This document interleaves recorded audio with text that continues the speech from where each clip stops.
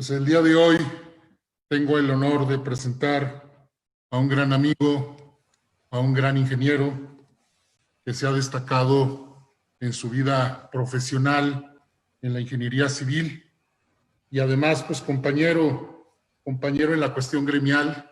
Somos compañeros en el Consejo Consultivo de la Federación y pues me estoy refiriendo al ingeniero Clemente Ponjón. El ingeniero Clemente Ponjón hoy participará con una maravillosa plática en este noveno simposio que organiza el Colegio de Ingenieros Civiles, la cual se llamará Carretera Durango-Mazatlán. Me voy a permitir leer parte de su trayectoria, que es muy amplia y muy fructífera y con mucho éxito del ingeniero Clemente. El ingeniero Clemente Pong es ingeniero civil por la Universidad Autónoma de Guadalajara. Tiene una maestría en Administración de la Construcción por la Universidad de Sonora, reconocida por el Instituto Tecnológico de la Construcción. También el ingeniero Clemente Pong es perito en vías terrestres por el Colegio de Ingenieros Civiles de México y además está certificado en 2 especialidades, en construcción de carreteras y conservación de las mismas. Pues es prácticamente su fuerte. Además, es miembro titular de la Academia de Ingeniería en México, así como en la Academia Panamericana y de la Ingeniería de la Academia Civil en Sinaloa. Es también miembro de la Asociación Mundial de Carreteras. Con una trayectoria profesional de más de 39 años de servicio público, de carrera en la Secretaría de Comunicaciones y Transportes, ha ocupado diversos cargos, destacando los de director general de carreteras, que ahí hago un paréntesis, que fue cuando tuve el honor de conocerlo, siendo yo presidente de la Federación en el año 2007. Tuvimos oportunidad de conocernos y desde entonces guardamos una maravillosa amistad. También director general de Servicios Técnicos y director general del Centro SST en Sinaloa. Además, el ingeniero fue designado por la Secretaría de Comunicaciones y Transportes como representante adjunto de México ante el Consejo de Directores de Carreteras de Iberia e Iberoamérica durante su gestión como director general de Carreteras y Servicios Técnicos. Desde diciembre del 2018 se desempeña como asesor en temas de infraestructura carretera. Con una destacada participación gremial, ha sido presidente del 7º Consejo Directivo Nacional de la Federación Mexicana de Colegios de Ingenieros Civiles, además presidente del 19º Consejo Directivo de la Asociación Mexicana de Vías Terrestres, actual presidente de la Junta de Honor y además presidente del 34º Consejo Directivo del Colegio de Ingenieros Civiles de la Ciudad de México y actual presidente de la Junta de Honor.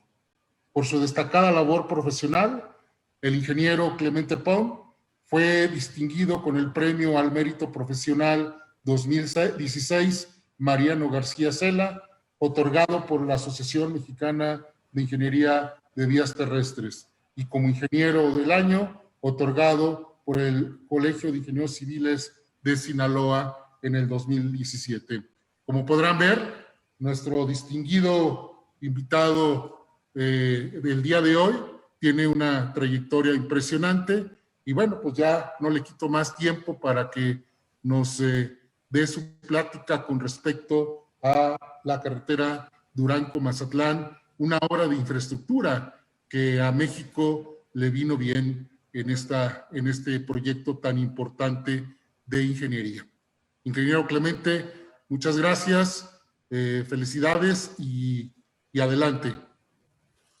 Muy buenas tardes, muchas gracias Armando por esas palabras. Creo que el gremio de la ingeniería nos ha permitido que estemos aquí todos, que estemos unidos a través de la técnica y de la ingeniería. Agradezco al Colegio de Ingenieros Civiles de Aguascalientes, que ha tenido gran afecto con ese colegio. Hemos hecho varias reuniones ahí. les agradezco por invitarme a presentar mi experiencia en la construcción de la carretera Durango-Mazatlán en su 9º Simposio de Ingeniería Civil, edición internacional 2020. La carretera Durango-Mazatlán es una gran obra de ingeniería por ubicarse en la parte más abrupta de la Sierra Madre Occidental. Déjenme subir el...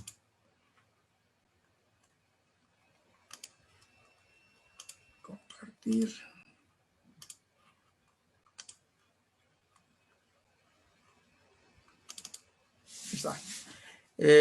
La presentación habla de los diversos temas que inciden en el proyecto, su diseño, la planeación, las medidas ambientales, las obras de drenaje, las terracerías, los túneles y los puentes.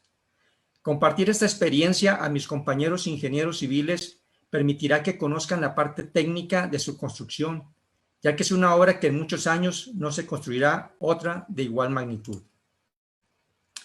Dentro de los antecedentes de esta carretera, tenemos que la construcción de la carretera federal, la que era la carretera libre, inició en el año de 1946, Mazatlán a Durango.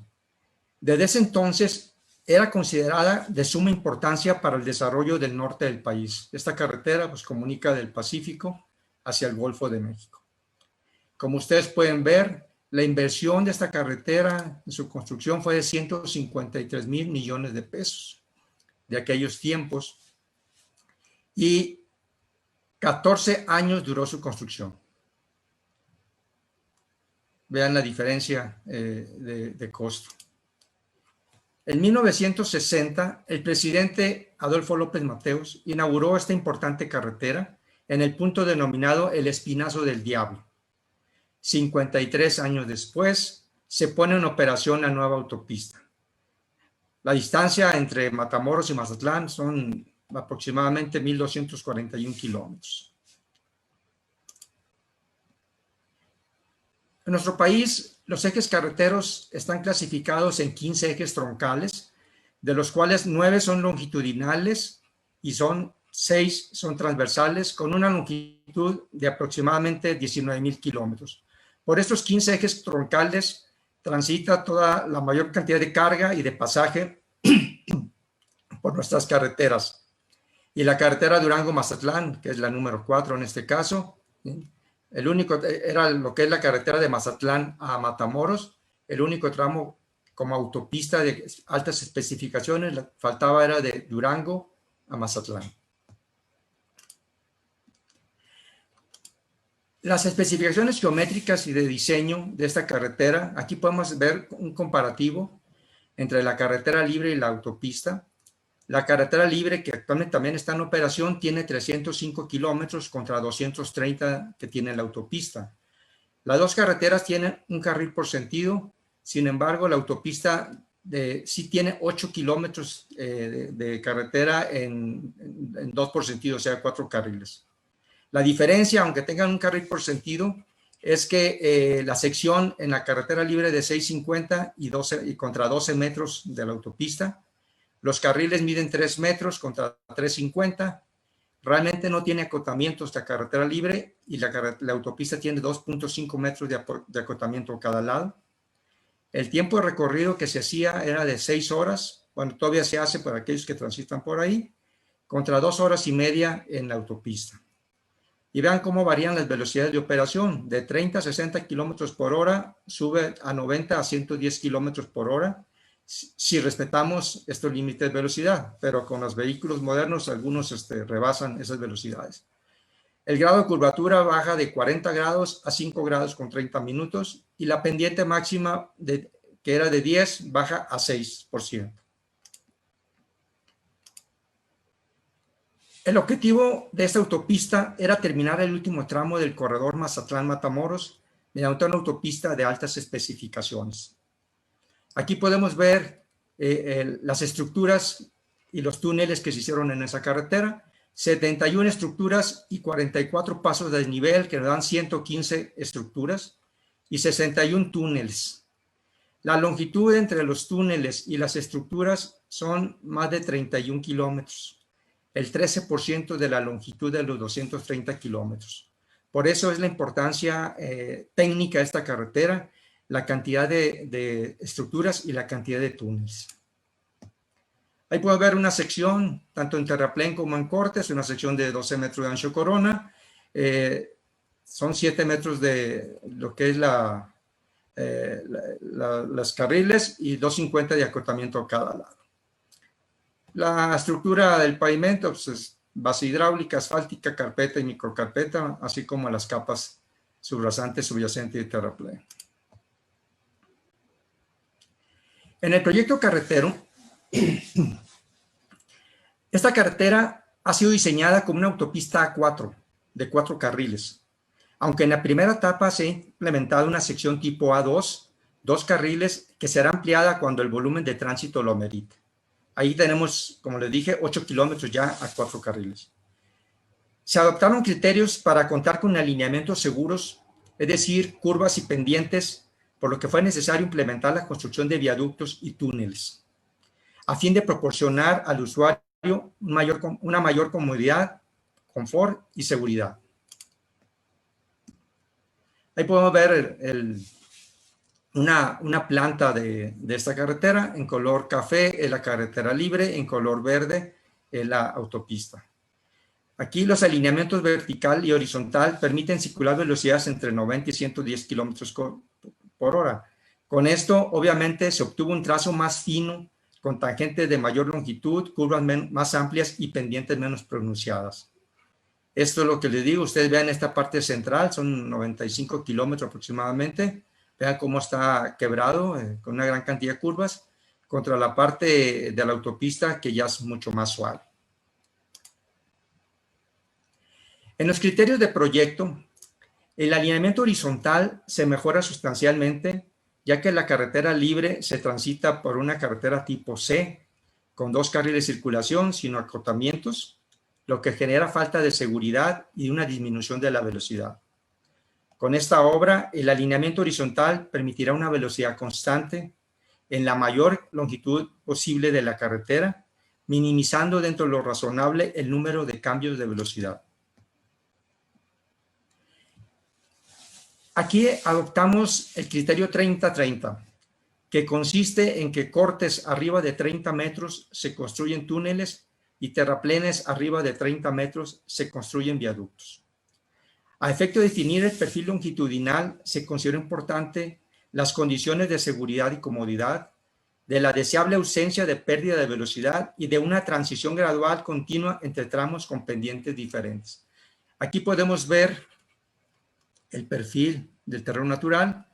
Aquí vemos ya lo que es la rasante de la carretera, y entonces aquí vemos estos terraplenes. Aquí están los puentes o viaductos, aquí están los túneles, puente, túnel, puente.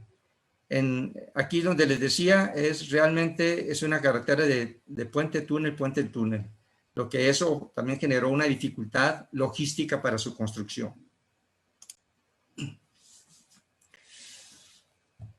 Se tuvo que hacer una homologación del proyecto. Esta carretera, cuando se inició en el año 2001, a mediados de 2001, se inició tanto en Sinaloa como en Durango, pues se tenía un proyecto de hacer una carretera sobre la sierra, pero no teníamos el conocimiento de cuándo le íbamos a terminar, con qué recursos iba a ser. Y entonces, con el dinero que se tenía, se fueron haciendo proyectos, un puente, un viaducto, terracerías, se fueron haciendo independientemente cada uno de ellos.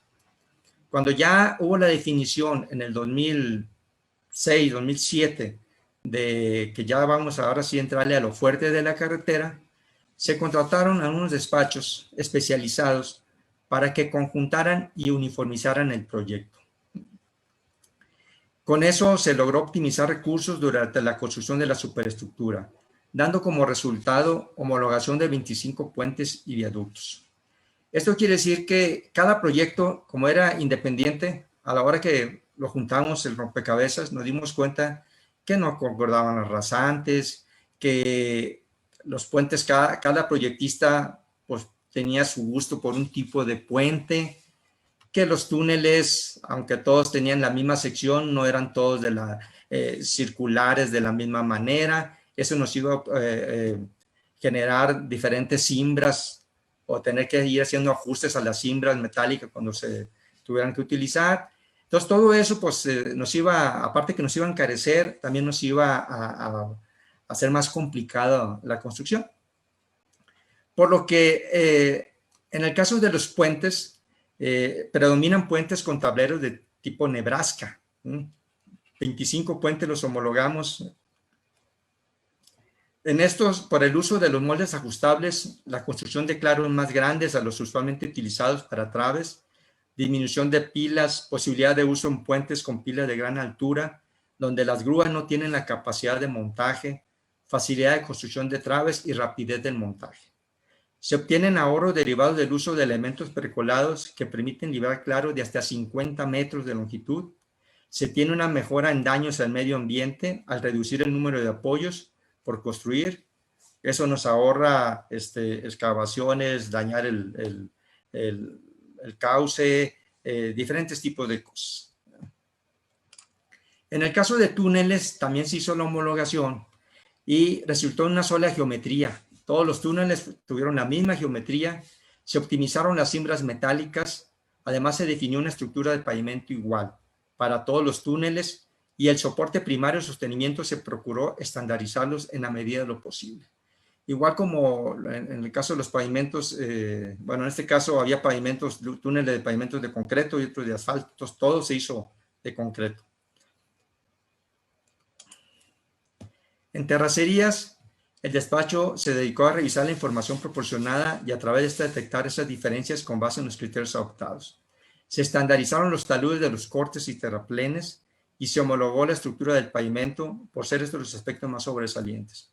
Igual aquí en terracerías y en pavimentos, cada proyectista, aunque tenía los mismos datos, el pavimento lo diseñaba de diferente manera, unos con base negra, unos con base hidráulica, unos con subrasante de 40, otros de 30. Entonces tratamos de homologar toda la estructura del pavimento para que después, por un lado, para la construcción sea más práctico y por otro lado, para durante el mantenimiento, pues no se tuviera que estar adivinando en cada tramo cuál fue la estructura que se construyó. En cuestión ambiental, un tema muy importante, sobre todo allí en toda la Sierra Madre, se cumplió con el reglamento de la Ley General de Equilibrio Ecológico y Protección al Ambiente, lo que fue en materia de evaluación del impacto ambiental, se tuvieron las MIAs y los cambios de uso del suelo. El ecosistema de la región era sustentable y tenía la capacidad de autorregenerarse. Es capaz de conservar la calidad de sus elementos, sobre todo el aire y el agua. Y se establecieron medidas rigurosas de mitigación de los principales impactos para reducir en todo lo posible las afectaciones al sistema ecológico. Partimos de la premisa que es preferible evitar las menores alteraciones al ambiente en lugar de tener que aplicar medidas correctivas posteriores y con costos adicionales. Se contó con participación de personal especializado para ir reconociendo y rescatando ejemplares de flora y fauna. La fauna y flora es removida y reubicada lo más próximo posible al sitio donde se encontró. Para no modificar la red de escurrimientos, la red natural de escurrimientos, se construyeron obras de drenaje menores y puentes, así como pasos superiores que permitan el tránsito de vehículos, el escurrimiento de agua y el paso de ganado y fauna. Se llevaron medidas para la operación de la maquinaria con silenciadores en zonas cercanas a los poblados para reducir los niveles de ruido. Se establecieron programas de manejo de residuos de tipo doméstico para mantener la calidad del suelo, el agua y el aire. Se realizaron instalación de baños portátiles, fosas sépticas para evitar la contaminación de agua y suelo. Del mismo modo, se ubicaron depósitos de combustible, grasas y lubricantes necesarios en puntos estratégicos para la operación y mantenimiento de la maquinaria. Se hizo, como les dije, contratación de empresas especializadas. Se hizo también sistema de tratamiento de aguas residuales para mejorar la calidad de agua que se incorporaba a los cauces naturales. En el caso de los pasos inferiores de fauna, cabe señalar que sobre la autopista existen varios sitios correspondiendo a túneles y puentes donde pueden circular los ejemplares de fauna principalmente mamíferos mayores. Dicha circulación es forzada mediante la colocación de malla de alambre ciclónica de 2 metros de altura por ambos lados de los sitios de corte y terraplén, que en sus extremos quedará ligada a los cabezales de puentes o a los portales de túneles para impedir que la fauna entre a la autopista y sea atropellada por los vehículos, así como inducir a la misma para que se desplace por debajo de los puentes o sobre los túneles. En el plan de construcción, las obras de drenaje, bueno, la utilización del tipo de drenaje se escogió según el terreno. Las estructuras comunes construidas para permitir la libre conducción del agua pluvial o los pasos ecológicos son las obras de alcantarillado formadas por bóvedas de concreto, tuberías de lámina corrugada galvanizada o tuberías de polipropileno en sus diferentes diámetros y calibres. Estrictamente se consideró que en ningún caso se debía modificar el desviaje del escurrimiento natural, construir obras con capacidad menor a la del escurrimiento al que dan paso. Y con el objeto de proporcionar un drenaje adecuado en las tangentes, el proyecto contemplaba para todas las secciones un bombeo de 2% hacia ambos lados de la carretera, partiendo del centro de la sección considerada. Y para la conformación de los terrenos de desplante se usaron rellenos de concreto o de suelo compactado controlado. Adicionalmente se construyeron obras complementarias, cunetas y contracunetas revestidas de concreto hidráulico, lavaderos utilizados para encauzar las aguas captadas de la superficie de rodamiento. La mayoría de las alcantarillas son de concreto, ya que son las tradicionales y de mayor durabilidad. Estas son usadas en terrenos de tipo lomerío y plano. Sin embargo, también se usaron en menor medida de polipropileno y de lámina galvanizada en las zonas donde el terreno fue abrupto, ya que son de fácil manejo y rápida instalación. En los caminos de acceso. Por las dificultades que representa la topografía en la zona, se tuvo que construir una gran cantidad de caminos de acceso. Atendiendo el proceso de logística de construcción enfocada en la estrategia de desarrollo regional, se construyeron y rehabilitaron más de 690 kilómetros de caminos a la obra. Es decir, construimos una carretera e hicimos 2 veces más en caminos de acceso para poder ingresar a construir esa carretera. Sobre todo para llegar a un puente, para llegar a un túnel. Si no hacíamos el puente, no se podía construir el túnel o al revés. Entonces tuvo que hacer muchos caminos de acceso. Se aprovecharon los caminos existentes, gran parte de ellos en la carretera federal, así como en caminos vecinales próximos a la autopista. Sin embargo, estos no fueron suficientes. Se tuvieron que construir nuevos caminos para tener acceso en puntos específicos en la obra, prevaleciendo el criterio de conseguir condiciones aceptables de tránsito, mantenimiento y dañar lo menos posible el sistema ecológico. Para construir esos caminos nuevos, aunque sean brechas, caminos para la construcción de la carretera, se tenían que sacar los permisos ambientales, se tenía que hacer todo como si fuera un camino nuevo. Y luego los caminos se tuvieron que mantener en condiciones operables durante todo el tiempo de la ejecución de la obra. El movimiento de tierras, por lo accidentado del terreno, se movieron más de 25 millones de metros cúbicos de cortes, que valían a 41 veces el volumen del Estadio Azteca. Por lo anterior, se tuvieron que disponer de sitios de tiro para estos volúmenes. Un tema, teníamos que tener los permisos ambientales para poder almacenar ese desperdicio. E igualmente, un tema importante fue la atención a los taludes, ya que al cambiar su estado natural, los cortes, los cortes sobre todo, requirieron su estabilización. Fue imposible atender todos los 230 kilómetros de la carretera. Sin embargo, aquellos cortes que se vieron que tenían problemas al momento de que perdieron su condición original, al abrir una excavación, al abrir un corte, dejarlo en dos, carga hacia los dos lados, dejando vacío en el medio, pues los empujes se empiezan a producir y eso pues generó fallas, algunas fallas geológicas, algunas falta de estabilización de los cortes, y bueno, se tuvieron que atacar los más críticos. No fue posible atacar todos porque solamente los que se veían que estaban mal eran los que se atendían. Sin embargo, se hicieron trabajos de concreto lanzado, estabilización, anclaje, diferentes tipos para poder dar el mejor sostenimiento a sus cortes. Para su construcción, la autopista fue dividida en 11 tramos de Durango hacia Mazatlán. Los 111 kilómetros se construyeron en el lado de Durango en 5 tramos y en Mazatlán en un tramo se construyó. Y se quedó los 94 kilómetros restantes. Estaríamos hablando aquí de más o menos del Salto, de aquí hasta Concordia. Ese fue el último tramo que se hizo.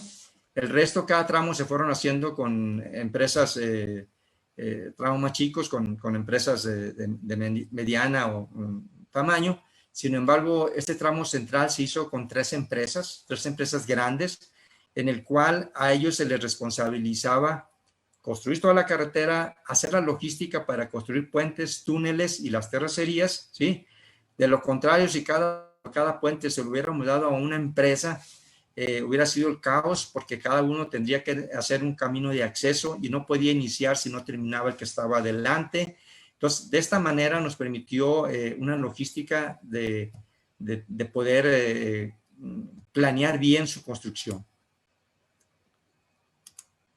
En el caso de los túneles, aquí les pongo una gráfica de que de 1980 al 2006, las carreteras mexicanas tenían solamente 14 túneles con un poco más de 5 kilómetros, 5,000 metros de longitud. Podemos aquí, el más conocido es el túnel de la carretera Cuernavaca-Acapulco, algunos que están en la carretera y la que está a la llegada a Acapulco, la Marquesa en la México-Toluca, Los Chorros en San Luis Potosí y el Libramiento de Vallarta. Del 2007 al 2014 ya hubo 73 túneles. ¿Por qué? Porque 61 solamente fueron de la Durango-Mazatlán. Pero en Vallarta se hizo el segundo túnel. En la carretera México-Tuxpan, una carretera similar a la de Durango-Mazatlán, se hicieron 6 túneles. Amozoc-Perote, el acceso a Salina Cruz, Libramiento de Jalapa y en Chiapas, en área Tuxtla Gutiérrez. Eso nos dio que ya teníamos 26,000 metros de túneles.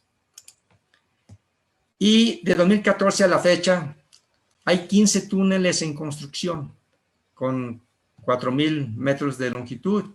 En Oaxaca tenemos 2 carreteras en construcción, la Micha-Tehuantepec y la Barranca Larga Ventanilla. Atizapán a Tacomulco, que va lenta su construcción, y la Jala Vallarta, que son 7 túneles. Entonces, una vez terminadas estas carreteras, en nuestro país se contará con aproximadamente 36,000 metros, 36 kilómetros de túneles.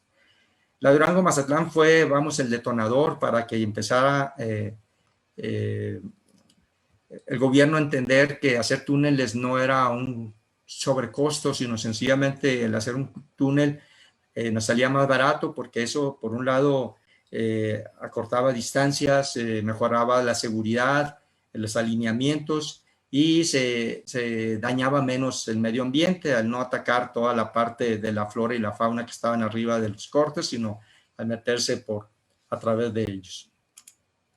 Aquí podemos ver los 15 túneles más de mayor tamaño en la carretera Durango-Mazatlán. El principal es el túnel El Sinaloense con 2,794 metros, el Tortuga Nuevo, el Papayito y el Varal.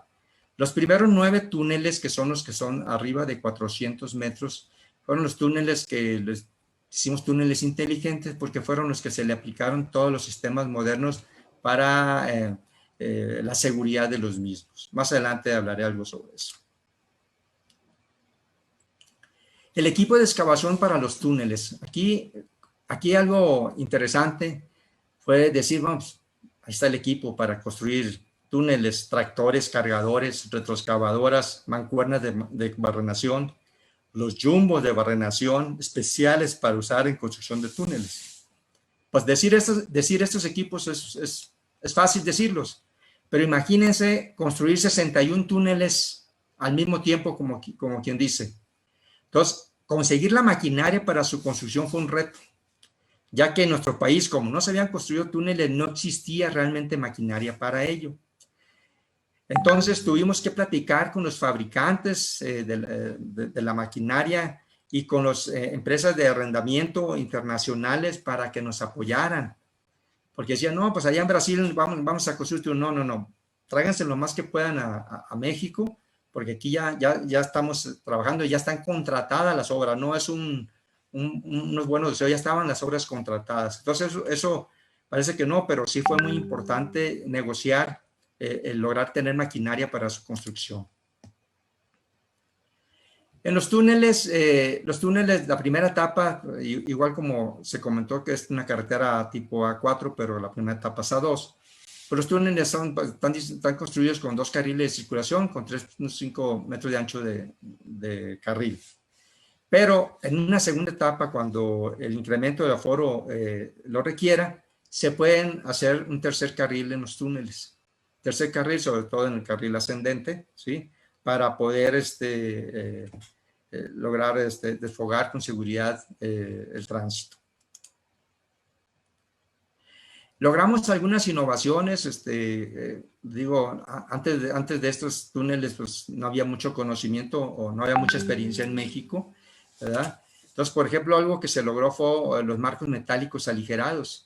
Teníamos unos marcos tradicionales muy pesados que para colocarlos, para transportarlos eran muy complicado. Estos son marcos aligerados, ¿verdad? Y por otro lado, pues estaban más baratos. También algo muy importante es la impermeabilización mediante geotextiles y membranas que captan el agua y se canalizan hacia las obras de drenaje. Aquí, vamos en la capa de arriba de esta membrana geotextil amarilla, había unas canalizaciones donde todo el agua que salía del corte se canalizaba, se captaba, bajaba y se construyó una serie de alcantarillas, vamos, una tubería por aquí donde captaba el agua y ya la sacaba fuera de la carretera. El túnel del Sinaloense, 794 metros de longitud, está programado para que en un futuro se construya el segundo cuerpo. Este túnel tiene una galería auxiliar.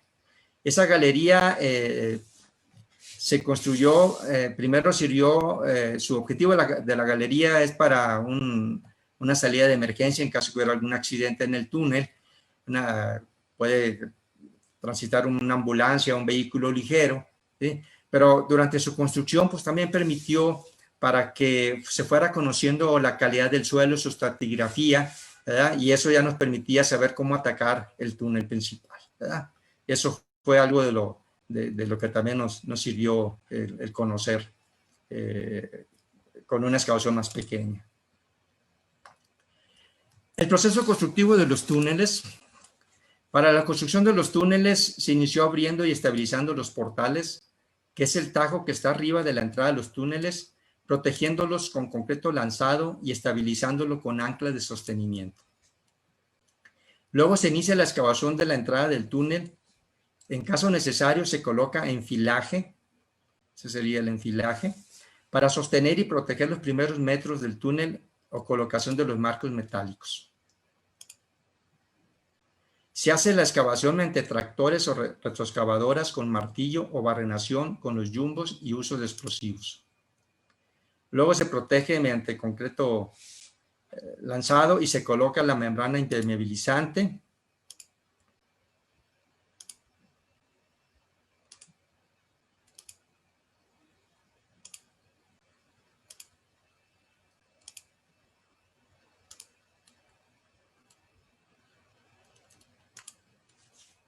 Está la membrana impermeabilizante. Luego, mediante cimbras deslizantes, se construye la bóveda de concreto. Y por último, ahí está la cimbra. Se ve la cimbra.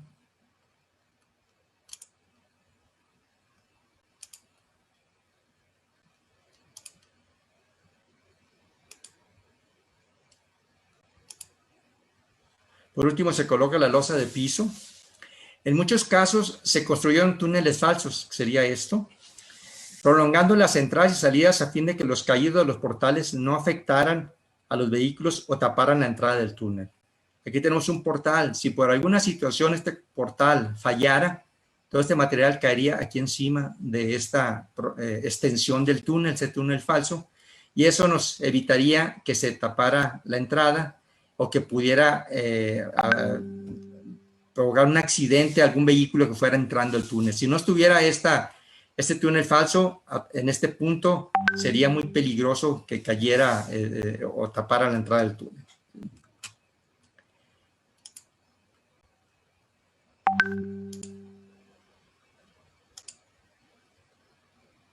Ahí está ya el túnel terminado, con alumbrado.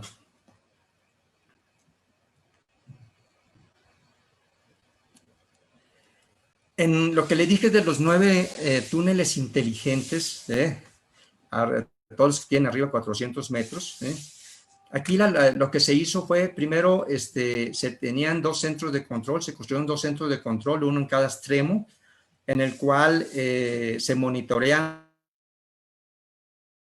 de fibra óptica, se toman las decisiones en situaciones de emergencia, lo que sucede dentro de los túneles, y se mantiene la comunicación directa con autoridades estatales y federales en caso de un accidente. Y luego, cada túnel tenía un cuarto de control. Ahí se monitorean todos los sistemas de ese túnel, se toman las decisiones local y tenía una casa de máquina donde tenía un generador por si se iba la energía, tenía todos los sistemas ahí para tener todo.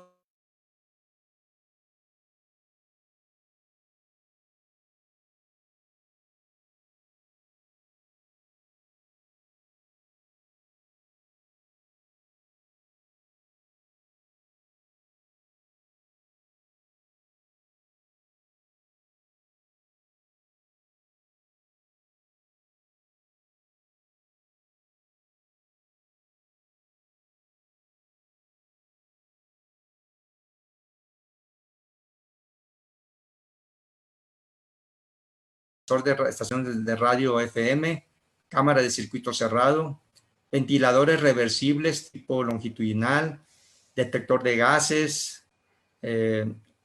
cables sensor de temperatura, hidrantes, extintores, había un cuarto bombeo con un tanque, un depósito de agua, bomba eléctrica, había pizarra electrónica de LEDs, bueno, este es el control donde se veían todos los túneles y aquí está toda la iluminación, las pizarras electrónicas se veían, aquí están las pizarras electrónicas donde podías poner información al usuario, etcétera. Derivado de la construcción de estos 61 túneles, la Secretaría de Comunicaciones hizo su primer manual de túneles. Es un documento que está disponible en las páginas de la Secretaría, ¿verdad? Donde viene sobre el proyecto, construcción, operación y atención a emergencias de los túneles. Porque aquí no nomás es la construcción de los túneles, aquí es muy importante su operación y atención a emergencias, porque esto es lo que tiene que estar, es el día a día. La construcción se hizo y ahí quedó. Pero si no está la operación, si no funcionan todos los dispositivos de seguridad y en caso de una emergencia no llegan a tiempo las autoridades de emergencia, pues esto puede ser crítico para los automovilistas. En el caso de los puentes, aquí están los 15 puentes más largos de ahí de la Durango-Mazatlán. Hablamos de 71 puentes sobre la troncal. Hay 3 puentes importantes, el Baluarte, la Zanona de 910 y el Carrizo, el Carrizo es un puente atirantado también. Con la construcción de esta autopista se ejecutaron los 115 puentes que les dije, 71 que son puentes y viaductos y 44 pasos de nivel. Ahí se ven algunas fotografías de diferentes etapas de la construcción. El procedimiento constructivo de las estructuras varió de acuerdo al tipo de superestructura y son de 2 tipos. Por un lado, el tipo doble voladizo a base de dovelas, y el otro, el tipo lanzado con traves Nebraska. En el doble voladizo, primeramente se construyeron los apoyos, ya sea los estribos o pilas, empezando por las zapatas y continuando con los cuerpos de los mismos. Posteriormente se inicia con las dovelas de sección variable o constante sobre pila y simultáneamente a cada lado de ellas se construyen las dovelas siguientes formando una T hasta unirlas en el centro de los claros. El tipo Nebraska, al igual que el de doble voladizo, se construye igual los apoyos. La diferencia es que aquí llegas a los cabezales y ya las traves se fabrican, se montan sobre una armadura provisional y se lanzan para colocarse sobre los apoyos y sobre estas se construyen la losa de rodamiento. Aquí la facilidad de la Nebraska es que sobre el mismo trazo ahí se iban construyendo las traves cerca donde iba a estar el puente. A veces si allí había un túnel, pues dentro del túnel se construían las traves y entonces ya nomás se jalaban y se lanzaban y se montaban en el puente. Los criterios que se utilizaron, la solución optada para un puente depende en gran medida de la topografía del sitio y de la distancia que deberá cruzar. En la actualidad existen 5 grandes grupos de puentes: de tablero, de traves, en doble voladizo, en arco, colgantes y atirantados. Se buscó uniformizar la solución estructural y el tipo de materiales por utilizar en los proyectos de puentes. Dada la profundidad de algunas barrancas, fue necesario ampliar los claros para salvar y disminuir el número de pilas, por lo que se optó por desarrollar puentes en doble voladizo con secciones de tablero aligerado por medio de cajones de sección variable y constante. La ubicación de las pilas depende en gran medida de los claros y de la rapidez con la que se ejecutarán los trabajos de construcción. La solución geométrica para las pilas de cada uno de los puentes varía según tipo de puente, altura de pila y la longitud de claros. Aquí hay algo que hay que reconocer, es que toda la ingeniería, tanto en puentes como en túneles, fueron hechos por ingenieros mexicanos. Todo el proyecto fue hecho por ingenieros mexicanos y en la construcción sí participaron muchos ingenieros mexicanos y algunos ingenieros extranjeros. En los de tipo voladizo se construyeron 11 puentes de este tipo. El peralte de las dovelas varía de acuerdo al claro entre los apoyos. Y aquí vamos a ver cómo está construyendo uno de tipo doble voladizo. Están construyendo la zapata, la excavación de la zapata. Vean sus dimensiones. Ahí ya van construyendo la pila. Ahí llegaron ya la dovela de pila. Está ya listo para construir las dovelas. Ahí se están ya construyendo. Aquí va equilibrándose a cada lado de la pila. Aquí ya se está por cerrar. Ahí vemos ya casi el cierre. Ahí ya cerró. Este puente es el Botijas de 330 metros de longitud.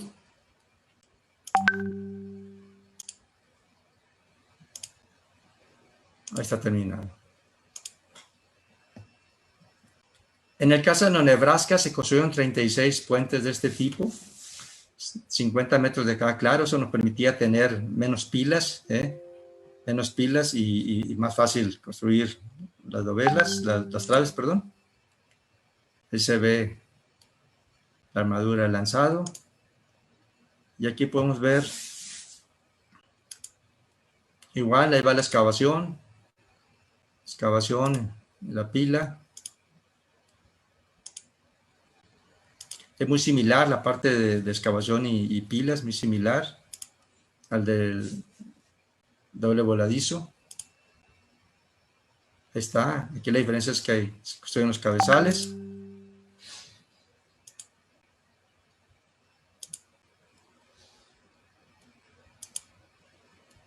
Se está colocando la armadura de lanzado. Ahí se está montando una trave. Están ya traves montadas.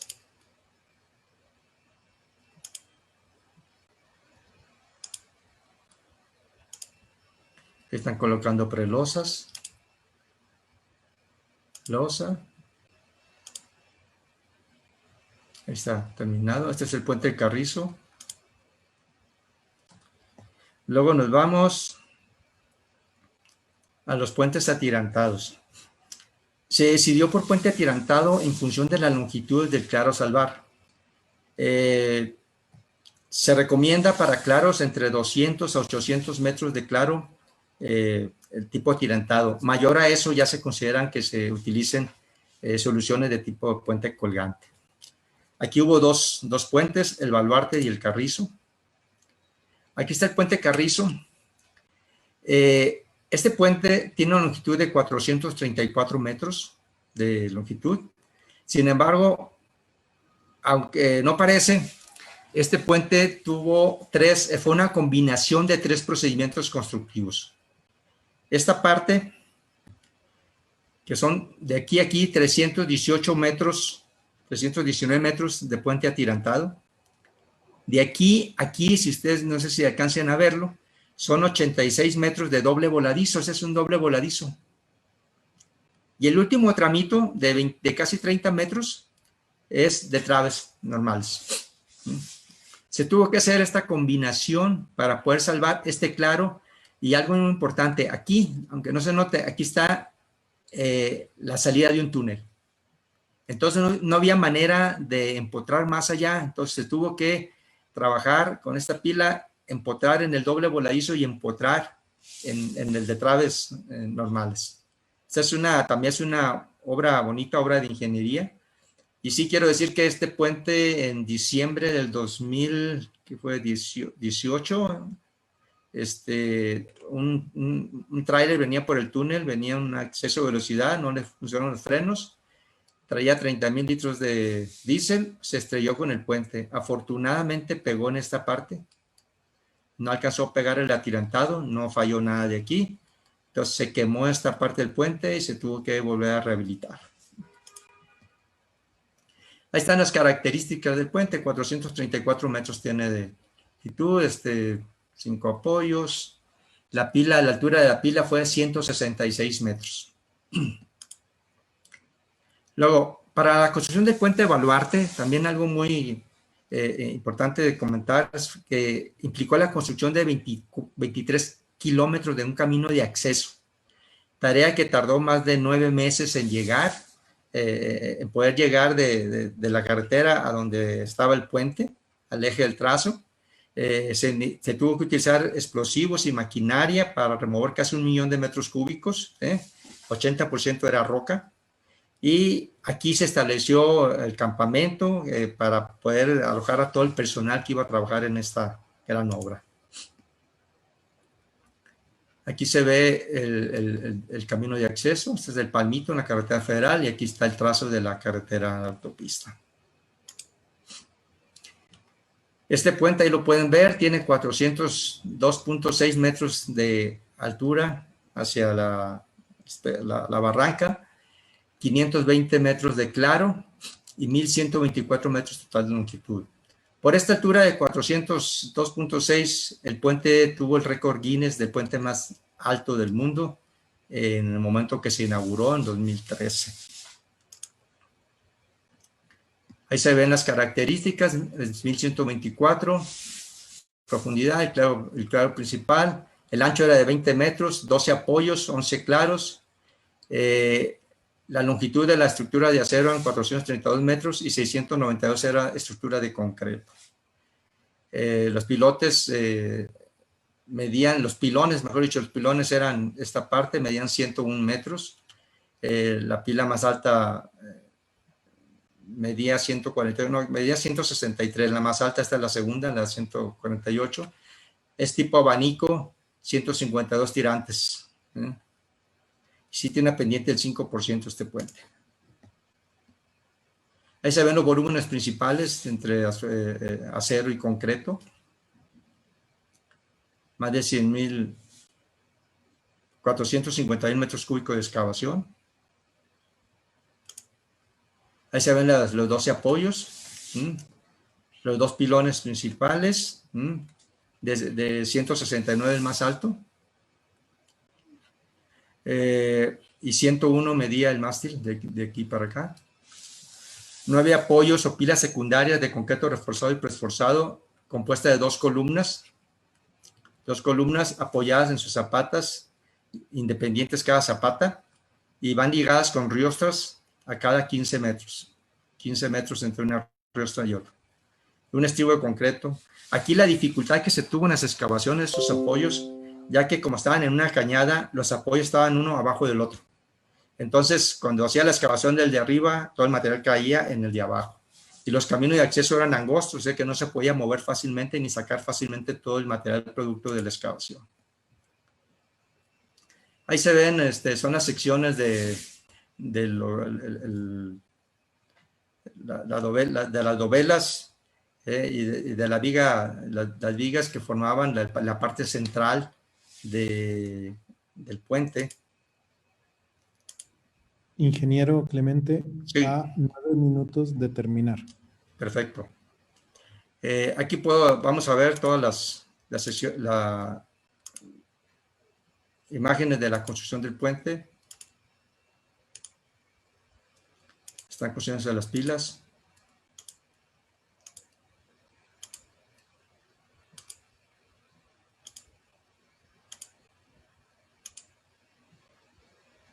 Están para cierre en las de concreto.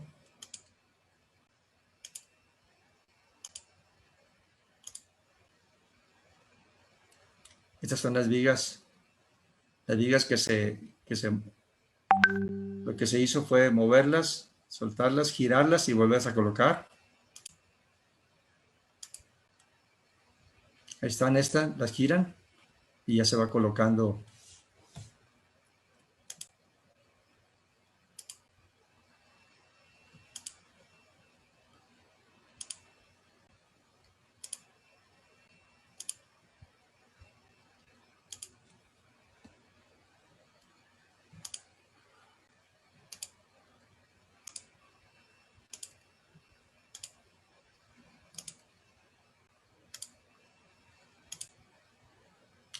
Ahí está donde se entrega el récord Guinness por el puente más alto del mundo. Aquí fue el colado de la losa de cierre. Se contó con la presencia del presidente de la República y los dos gobernadores, Sinaloa y Durango, y el secretario de Comunicaciones. Los ingenieros que trabajaron en esta obra. Algunas fotos. Ahí está el puente.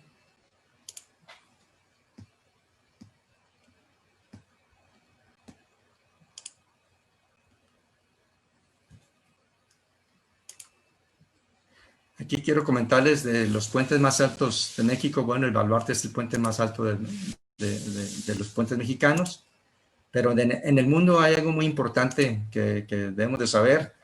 El puente Baluarte, de entre los puentes más altos del mundo, en este momento ocupa el 8º lugar de los puentes más altos del mundo.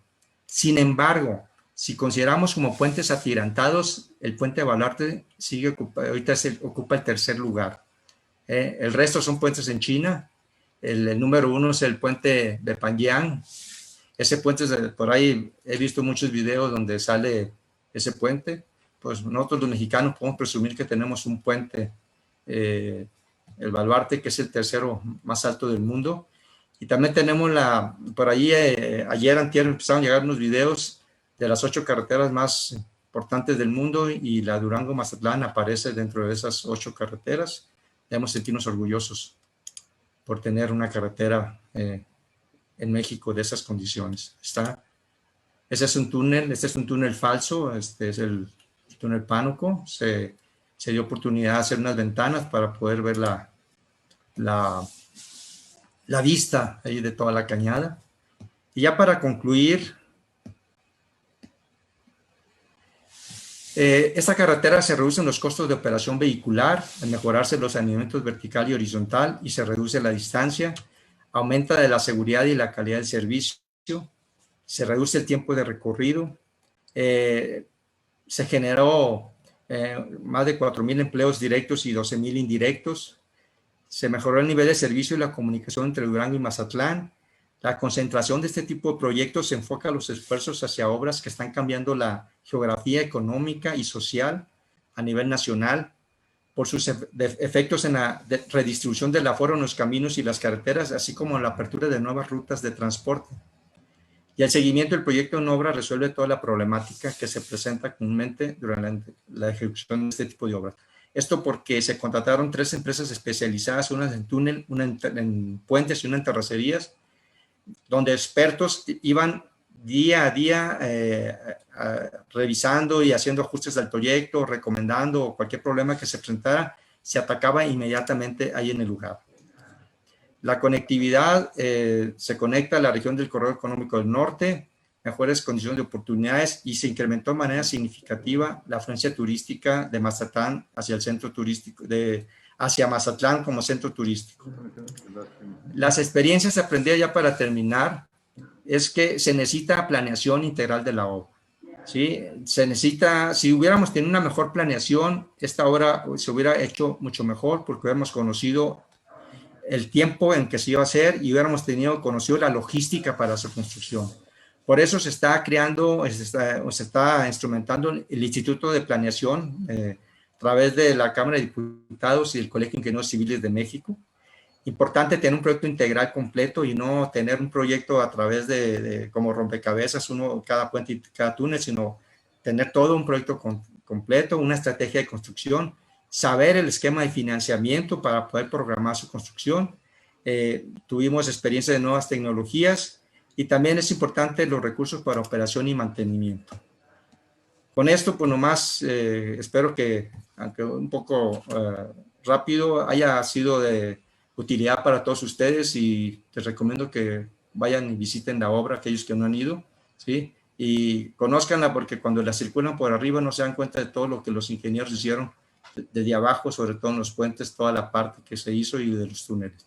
Muchas gracias. Ahí está mi correo electrónico. Pues muy bien, ingeniero Clemente, pues muchísimas gracias. Extraordinaria conferencia, de este gran proyecto que se hizo en años anteriores, un proyecto de infraestructura importante para este país y sobre todo que debemos de sentirnos orgullosos que este proyecto fue proyectado por ingenieros mexicanos.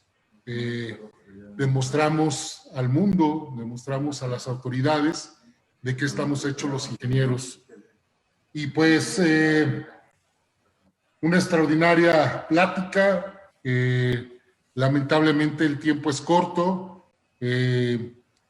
Algo que tiene este proyecto es el Puente Baluarte, que yo creo que pudiera ser otra conferencia magistral exclusiva. Yo creo que la invitación va a estar abierta para el próximo simposio, que también es un proyecto de ingenieros mexicanos que se llevó a cabo. Gracias a tu gestión, cuando me tocó ser presidente de la federación, tuvimos la oportunidad de visitar 3 veces en diferentes etapas esta gran obra del Puente Baluarte.